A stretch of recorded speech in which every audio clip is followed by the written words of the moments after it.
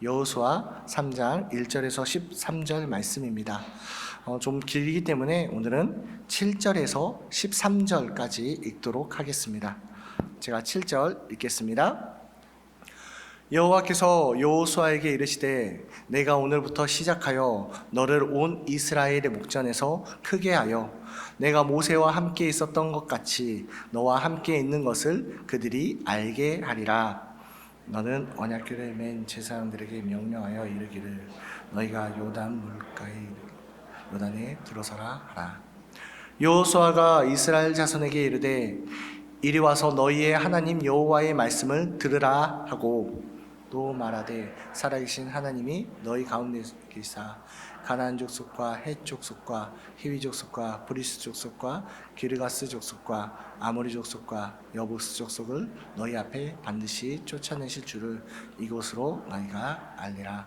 보라, 온 땅에 주의 언약궤가 너희 앞에서 요단을 건너 가나니 이제 이스라엘 지파 중에서 각 지파에 한 사람씩 12명을 택하라. 같이 읽겠습니다. 온 땅에 주 여호와의 궤를 맨 제사장들의 발바닥이 요단물을 밟고 멈추면 요단물 곧 그 위에서부터 흘러내리던 물이 끊어지고 한 곳에 쌓여 서리라. 아멘. 할렐루야.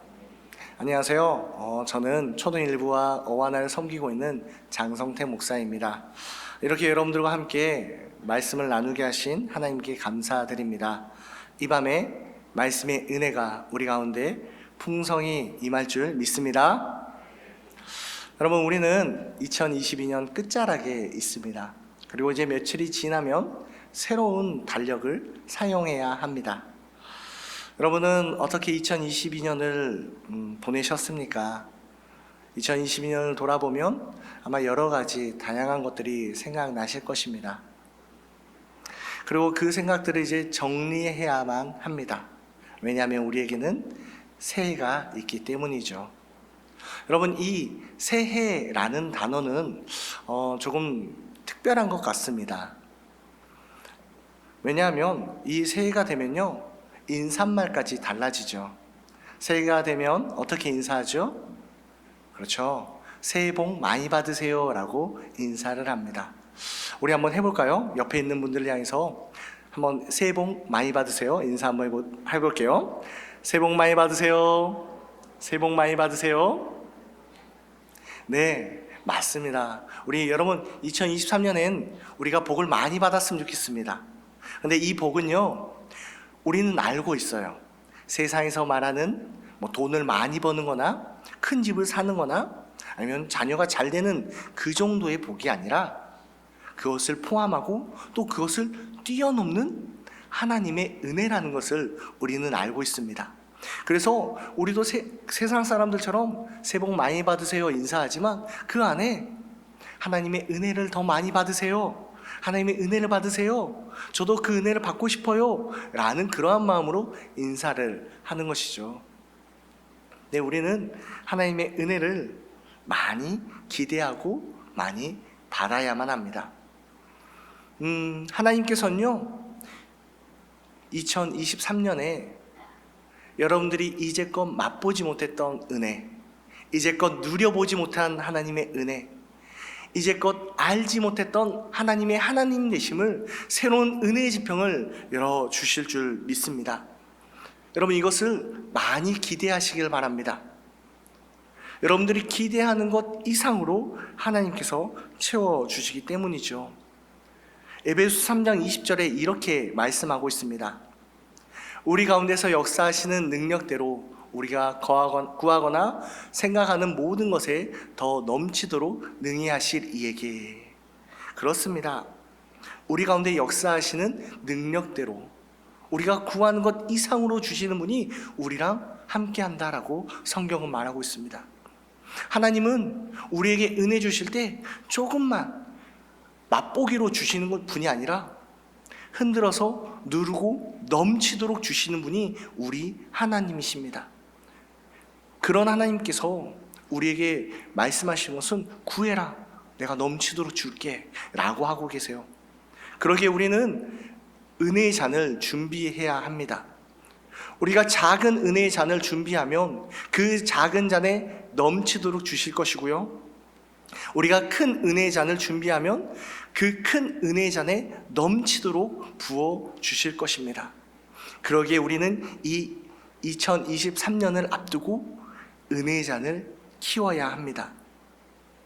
그러면 어떻게 이 은혜의 잔을 키울 수 있을까요? 이 밤에 어떻게 은혜의 잔을 준비해야 되는지를 깨달아서 2023년 우리가 기대하는 것, 우리가 준비한 것 이상의 은혜를 누리기를 원합니다. 2명의 정탐꾼이 여리고성을 정탐했습니다. 그리고 라합의 도움을 받아 여리고성에서 무사히 탈출하여 이스라엘에게로 돌아왔습니다. 그들이 가지고 온 소식은 여호수아와 그리고 이스라엘 백성들의 심장을 뛰게 만들었습니다. 어떤 소식인가 하면 지금 여리고에 있는 그 사람들의 마음이 녹았다라고 합니다. 여러분, 여리고성의 사람들의 마음이 녹았답니다. 어떤 마음일까요? 이런 마음이지 않을까 싶습니다. 호랑이같이 무서운 그 아버지가 매우 화가 난 표정으로 문을 열고 거실에 털썩 주저앉으면서, 야, 네 성적표 나왔다며, 가와봐라, 이렇게 말씀하시는 거예요. 화가 나 있고 무서운 아버지의 목소리가 들려요. 방에 들어가서 성적표를 빼옵니다. 42명 중 42등. 이 성적표를 가지고 아버지 앞에 가야 돼요. 식은땀이 줄줄 나고요, 손이 부들부들 떨리고요, 그 걸음이 너무너무 더뎌집니다. 너무 무서워요. 이게 마음이 녹았다는 말입니다. 네, 여러분들은 이해하지 못하겠다는 표정으로 앉아 계시죠? 그렇죠. 여러분들은 공부를 잘하셨기 때문에 이런 경험을 해보시지 못하셨을 거예요. 저처럼, 저 같은 사람만 그런 마음을 조금 이해할 수 있을 것 같습니다. 두려움에 사로잡혔어요. 누가요? 여리고성 사람들이. 이스라엘 백성들은 이제 달려가서 그 여리고성을 점령하기만 하면 됩니다. 그래서 이른 아침부터 짐을 싸고 시딤에서부터 이제 여리고성을 향해서 달려갔습니다. 이제 저곳에 가면 두려움에 잔뜩 쌓여있는 여리고성 사람들이 있으니까 가서 점령만 하면 돼. 갑시다. 사람들이 막 힘을 내서 달려갔어요. 그런데 그들 앞에 요단강이 펼쳐져 있습니다. 이 요단강은 마치 장마철 을숙도 다리 밑에 낙동강처럼 그렇게 지금 불어나 있습니다. 주위를 둘러봐도 물밖에 없어요. 여러분, 당시 여호수아와 이스라엘 사람들의 심정이 어땠을까요? 요단강을 앞둔 그 이스라엘 백성들 한번 상상해 보세요. 우리가 그 이스라엘 백성이다 라고 한번 상상해 봐요. 우리를 이끄는 여호수아는 머리가 하얗게 새어버렸습니다. 주름도 자글자글합니다. 저쪽에 보니 어린 아이를 달래고 있는 새댁이 보입니다. 그 주위에는 아무것도 모르는 어린아이들이 막 뛰어다녀요. 힘센 장정도 보이네요. 한 손에는 이불 보따리를 들고 등에는 짐을 바리바리 싸들고 다른 한 손에는 집에서 키우는 송아지의 고삐를 들고 있는 그 장정들이 보여요. 얼마나 많은 사람들이 있고 얼마나 많은 짐들과 가축들이 있는지요. 이 강을 건너야 돼요. 이 강만 건너면요, 하나님께서 약속하신 젖과 꿀이 흐르는 그 땅이 있어요. 이 강만 건너면요, 두려움에 휩싸여 있는 여리고성 사람들이 있어요. 하나님께서 약속하신 그 땅, 그 좋은 땅, 40년 동안 바랬던 그 땅이 이 강 너머에 있습니다. 그런데 이 강을 건널 수가 없어요. 잔뜩 기대하는 마음으로 달려왔는데 방법이 없습니다. 여호수아 이스라엘 백성들은 그 강 앞에서 3일을 보냅니다. 3일 동안 그들이 무엇을 했는지는 분명하게 나오진 않습니다. 기도를 했을 수도 있지요. 그러나 이성적으로 생각해 봤을 때도 그들은 무엇인가 계획하고 준비하고 나름대로 답을 찾고 있지 않았을까 합니다. 그것을 알게 하는 단어가 1절에 보면 유숙하다라고 표현을 하고 있는데요. 이 유숙하다라고 번역된 히브리어 룬이라는 단어는요, 투숙하다, 묵다, 밤을 지새다라는 뜻과 함께 불평하다라는 뜻을 가지고 있습니다. 그러니까 요단강 앞에 온 그 이스라엘 백성들이 그 마음 가운데 뭔가 불편한 마음이 있는 거예요. 뭔가 불평하는 마음이 있는 거예요. 왜? 이 강을 못 건너니까.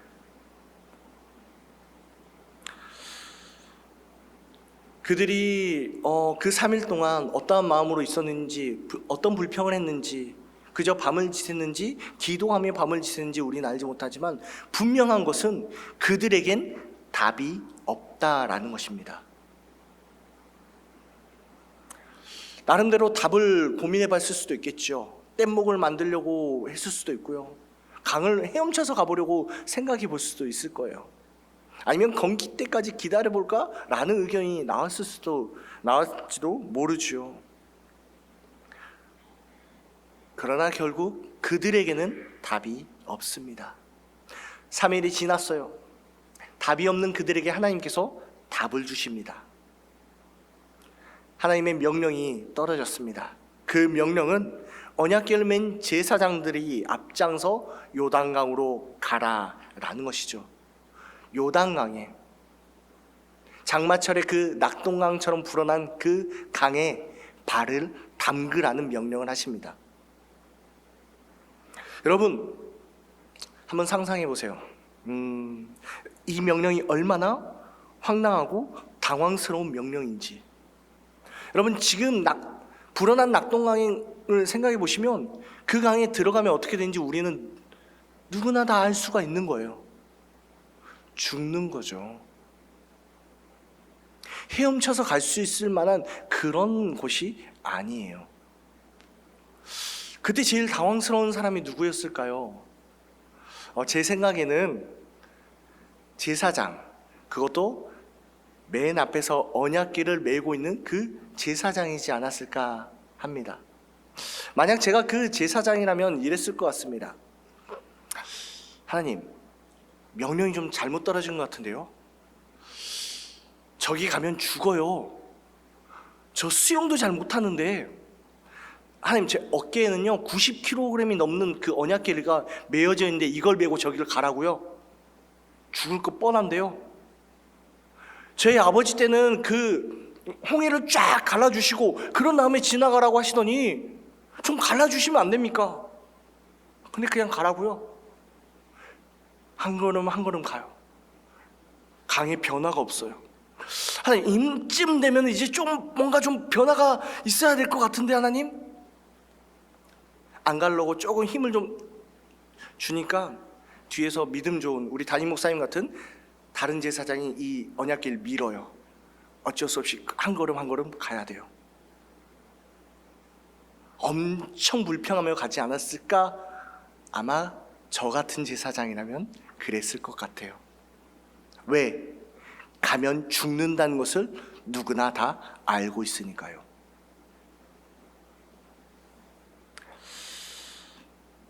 하나님께서는 누가 생각해도 들어가면 죽는 그 요단강에 발을 담그라고, 가라고 명령하십니다.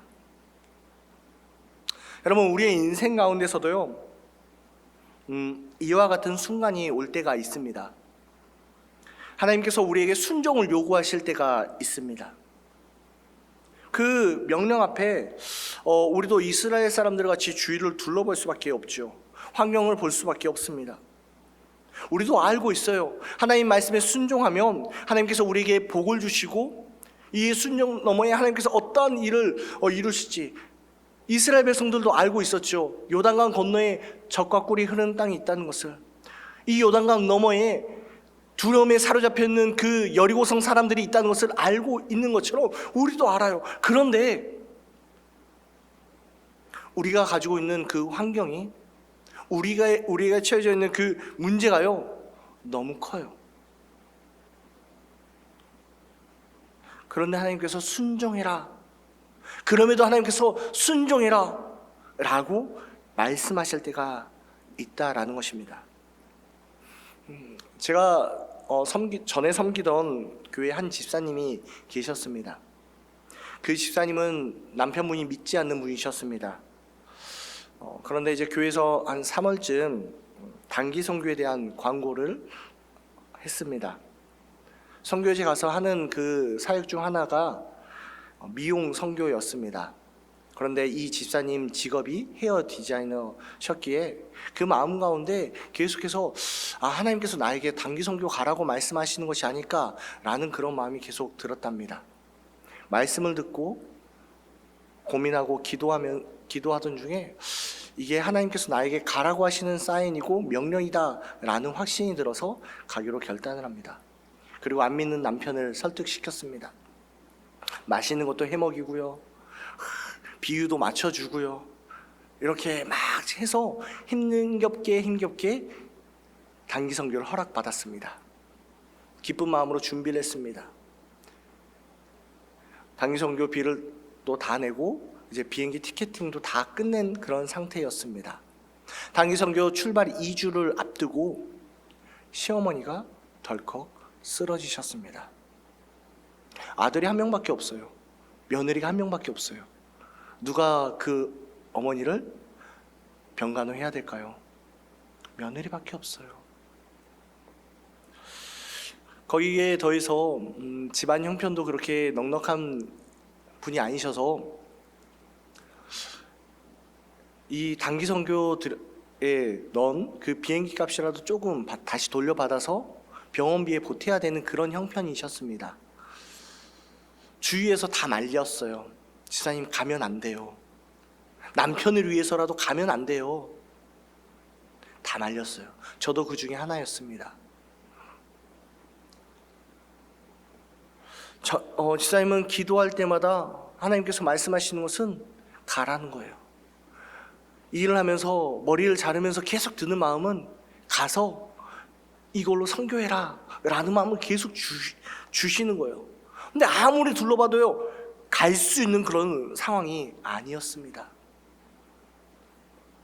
여러분, 이와 같이요, 이런 집사님처럼 우리의 환경적인 요소 때문에 순종을 하고 싶어도, 그 명령 앞에 우리가 순종하고 싶어도 순종하지 못하는 우리의 요단강이 펼쳐질 때가 있습니다.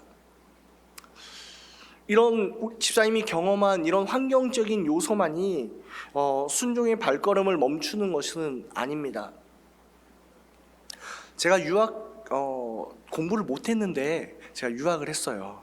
하나님의 은혜로 키르기스탄에서 유학을 했는데요. 그곳에서 유학하던 때에 제가 이제 유학생들을 모아서 큐티와 기도하는 모임을 만들었습니다.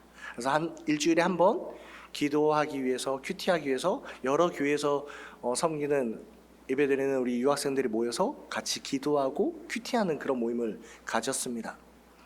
어느 날 한인교회 한 선교사님께서 저랑 밥 먹는 중에 이렇게 말씀을 하시는 거예요. 성태가, 너 기도 모임 하고 있지? 아, 네. 그거 이제 내가 담당하기로 했어. 너무나 황당했어요. 왜냐하면 그분은 한 번도 저희 모임에 와보신 적도 없고 관심을 가져보신 적도 없고 심지어 기도해 주겠다는 말조차 해본 적이 없는 분이시거든요. 그리고 이 기도 모임은 한인교회 유학생들 뿐만이 아니라 다른 교회 다니는 친구들도 오기 때문에 한 교회에서 이것을 담당하기는 하는 것은 아닌 것 같다라는 생각이 들어서 저는 성사님 그건 아닌 것 같습니다 라고 거절했습니다. 한 2주 정도 지나서 성교사님이 저를 또 부르시더니 성태가, 그러면 지금 하고 있는 그대로 해도 돼. 그런데 내 이름만 담당하는 그 선교사로 내 이름만 좀 올리자라고 하는 거예요. 한국 교회에, 이렇게 한국에 있는 교회에 뭔가 보여주기 위해서 이렇게 하겠다라는 것이죠. 그래서 전 또 거절을 했습니다. 그건 아닌 것 같아요 라고. 그리고 얼마 지나지 않아 한인교회 기도 모임이 생겼습니다. 그런데 공교롭게도 저희가 모이는 시간과 동일한 시간에 모임이 만들어졌어요. 그래서 어쩔 수 없이 한인교회 다니는 애들은 그 모임에 가게 되었죠. 당연히 교회 모임이기 때문에 너희는 거기 가는 게 맞아 라고 해서 가도록 했습니다. 또 얼마의 시간이 지나서 동생들이 찾아왔어요. 형, 우리 여기 모임에 오고 싶은데 우리 몇 명 안 되지만 우리 때문이라도 좀 시간을 바꿔주면 안 될까? 그래서 제가 우리 회의를 해서 시간을 변경을 했습니다. 그래서 한인교회 애들도 왔었는데 또한 두어 번 지나고 나니까 한인교회 모임이 시간을 바꾸는 거예요. 우리가 모이는 시간으로. 결국엔 그들은 못 오게 되었죠. 그렇게 끝나면 좋은데 얼마 지나지 않아 이 선교사님들 사이에, 그러니까 한국 사람들 사이에 이상한 소문이 돌기 시작했습니다. 장성택이라는 유학생이 있는데 애들을 모아놓고 신학을 한 것도 아닌데 성경을 가르치더라. 시험 기간에 애들 공부를 안 하고 놀게 만들더라. 심지어는 술 먹고 여자애들이 거기서 잤더라 라는 그런 소문이 돌기 시작했습니다. 너무나 어이없고 화가 났어요. 그래서 그 소문의 근원지를 찾아보니까 그 선교사님이셨습니다. 아니 어떻게 선교사라고 하면서 이렇게 할 수가 있지? 너무나 화가 났어요. 그래서 캐리사에 있는 선교사님들에게 메일을 보내려고 메일을 썼습니다. 제가 이제 메일 주소를 다 알고 있었거든요. 그래서 선교사님들 다 아는 그 메일에 지금 상황, 그리고 그 선교사님이 어떤 말들을 했는지 그 증거들까지 다 모아서 다 만들어서 메일을 썼습니다. 이제 메일을 보내기만 하면 돼요. 근데 그 가운데서 기도하는 마음이 들어서 기도를 했습니다. 하나님께서 제게 이렇게 말씀하시는 거예요. 야, 너희 원수의 머리에 숯불을 올리는 사람은 너가 아니라 나야. 너가 하는 거 아니야. 하나님, 저 너무 억울한데요? 하나님, 저 너무 화가 나는데요? 너무 미운데 제가 어떻게 지금 이것만 딱 보내면 제 속이라도 좀 시원할 것 같은데 하나님 보내면 안 될까요? 안 돼. 보내지 마. 내가 해. 너는 하지 마. 울면서 메일을 지웠습니다. 너무나 화가 났어요. 너무나 순종하기 어려웠죠. 여러분, 저와 같이 어떤 환경적인 요소 때문이 아니라, 환경적인 요소가 요단강이 되는 것이 아니라 우리의 마음이나 우리의 심정이, 감정적인 것이 요단강이 될 수 있다라는 것입니다. 여러분, 2022년 올 한 해 동안 여러분들의 순종의 앞길을 가로막은 요단강은 무엇입니까? 2023년을 앞두고 여러분들 앞에 있는 요단강은 무엇입니까? 하나님께서는요, 이스라엘 백성들에게 약속의 땅을 보여주시고 새로운 그 은혜를 예비하시는 가운데 그들에게 순종을 요구하십니다. 도저히 순종할 수 없는 상황에서 순종하라라고 명령하시는 그 이유가 무엇일까요? 여호수아 3장 4절에 이렇게 말하고 있습니다. 그러나 너희와 그 사이 거리가 2000규빗쯤 되게 하고 그것에 가까이 하지는 말라. 그리하면 너희가 행할 길을 알리니 너희가 이전에 이 길을 지나보지 못하였음이라 하니라. 한 구절 더 볼까요? 여호수아 3장 10절 말씀입니다. 또 말하되 살아계신 하나님이 너희 가운데 계시사 가나안 족속과 헷 족속과 히브리 족속과 브리스 족속과 기르가스 족속과 아모리 족속과 여부스 족속을 너희 앞에서 반드시 쫓아내실 줄을 이것으로 너희가 알리라. 하나님께서 순종을 요구하시는 이유는 다름이 아니라 알게 해주시기 위해서였어요. 그들이 이제껏 가보지 못했던 그 길을 알게 해주시고 그 약속의 땅 가나안 땅을 누가 주셨는지, 그 모든 일을 누가 하시는지, 그분이 누구인지를 알게 해 주시기 위해서 순종하라라고 명령하고 있다는 것이죠. 하나님께서는 우리를 위해서 약속하시고 예비하시고 그 일을 이루시는 분이십니다. 우리가 순종할 때 우리가 이제껏 맛보지 못한 하나님의 하나님 되심을, 그 크신 은혜를 알게 되는 것이죠. 여러분, 하나님의 은혜는요 반드시 우리의 삶에 있습니다. 부어지고 있습니다. 우리가 깨닫든 깨닫지 못하든 그것은 반드시 부어집니다. 이 은혜를 우리는 누려야겠죠.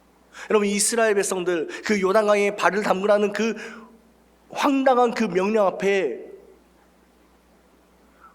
그들이 가야 될 길, 하나님의 하나님 되심을 누가 가장 많이 그리고 분명하게 보았을까요? 저는 확신합니다. 그 언약궤를 메고 맨 앞에 발을 담근 그 제사장. 네, 이스라엘 백성들은 요단강이 다 갈라지는 것을 경험하고 그것을 지나갔어요. 모든 이가 그 강이 갈라진 강을 다 지나갔습니다.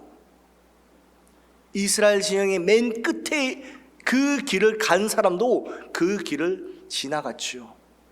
그러나 언약궤를 맨 제사장, 자신의 발이 물에 잠겼을 때 강이 갈라지는 그 모습을 본 그 제사장, 언약궤를 메고 요단강의 그 가운데 서서 요단강의 물길이 쌓여져가는 그것을 눈으로 본 그 제사장, 다 지나가고 마지막 그의 발이 요단강 건너편으로 넘어와 섰을 때 물이 다시 흘러가는 그 모습을 본 그 제사장, 그 제사장이 가장 큰 은혜를, 가장 분명한 은혜를 경험하지 않았을까 저는 생각합니다. 여러분, 그러기에 여러분 순종하시기를 바랍니다. 그러기에 여러분들이 가장 먼저 순종의 그 길을, 요단강 물에 가장 먼저 발을 담그는 그 일을 다른 사람이 아니라 여러분들이 하셔서 누구보다도 살아계신 하나님의 능력을, 누구보다도 하나님이 어떠하신 분이심을 경험했으면 좋겠습니다. 여러분, 제가 아까 말씀드린 그 집사님 어떻게 됐을까요? 궁금하시죠? 여러분, 도저히 순종할 수 없는 그런 상황 속에서요 남편을 설득했어요. 우리 교회 그 교회 다락방, 우리로 지금 다락방 한 집사님들에게 조금 시간이 될 때 어머니 좀 이렇게 병간호 해달라고 부탁해서 그렇게 해달라고 말했다. 그러니까 내가 갔다 올게 라고 남편이 화를 엄청 내는 그 가운데서 그분이 단기 선교를 떠났습니다. 2주 단기 선교를 하고 돌아왔어요. 엄청 무서웠대요. 한국 오는 그 시간이.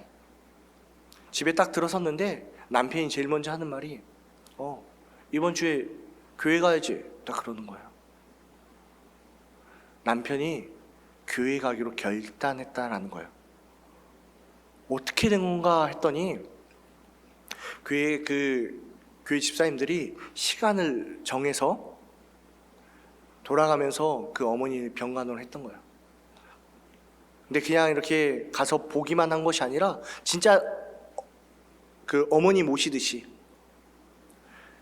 그래서 재활하는 것부터 시작해서 심지어 똥오줌까지도 다 받아준 거예요. 남편분이 감동을 받았습니다. 그리고 봉사하는 그 부서에서 조금씩 헌금을 모아서 병원비에 쓰라고 또 도움을 주었다고 합니다. 그러니까 남편이 마음이 확 열려버린 거예요. 수십 년 동안 믿지 않고 교회 가는 것을 방해하고 못 가게 했던 그 남편의 마음의 문이 확 열려버린 거예요. 그분이 간증을 할 때 아직도 제가 마음에 기억나는 말이 이거였습니다. 저는 제 작은 머리로 하나님을 안다라고 생각했습니다.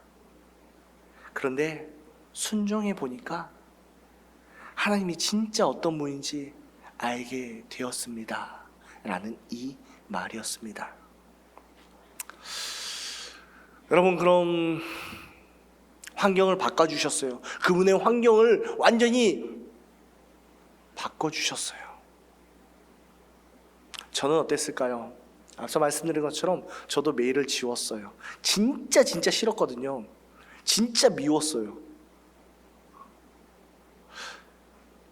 제가 순종했으니까 이제 하나님이 머리에 숯불을 올리셔야 되잖아요. 하늘에서 불이 떨어지고 막 큰일이 일어나고 막 그래야 될 것 같은데요, 아무런 일도 있지 않았어요. 그래서 성교사님 사역 잘 하셨어요.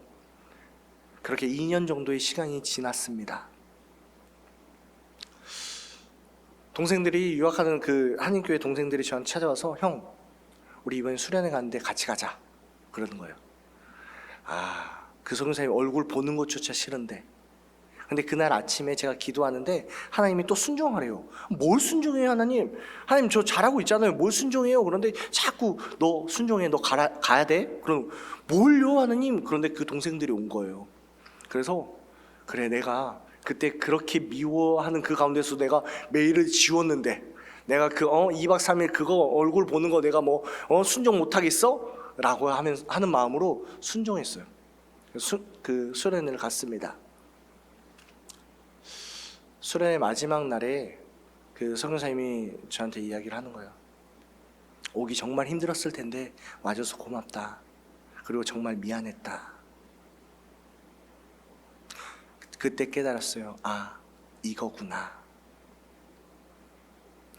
여러분, 여기서 중요한 것은요, 선교사님이 저한테 죄송하다고 미안하다고 이야기한 것이 아니에요. 제가 그 이야기를 듣는 순간 제 마음에 그 누군가를 미워하는 감정의 찌꺼기, 더럽고 끈적거리는, 도저히 말로 표현할 수 없는 그 더러운 무엇인가가 제 안에서 씻겨져 내려가는 것을 경험했어요. 환경은 바뀌지 않았어요. 그 관계도, 어색한 그 관계도 바뀌지 않았어요. 근데요, 제 마음이 바뀌었어요. 하나님은 내 마음에 그런 찌꺼기조차, 그런 감정의 찌꺼기조차 남는 것을 싫어하시는구나 라는 것을 그때 저는 깨달았습니다.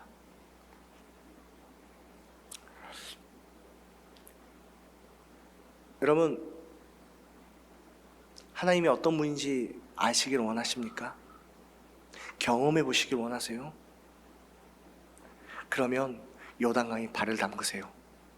순종하세요. 여러분들의 요단강이 저는 무엇인지 모릅니다. 자녀가 될 수도 있고요, 가정이 될 수도 있고요, 물질이 될 수도 있고요, 아니면 여러분들 마음 가운데 저처럼 남았던 그 감정의 찌꺼기일 수도 있어요. 무엇인지 모릅니다. 그러나 하나님께서 여러분들에게 순종하라고 말씀하신 그 무엇인가가 분명히 있을 것이다 라고 생각합니다. 2023년 하나님의 명령 앞에 순종함으로써, 그 발을 담금으로써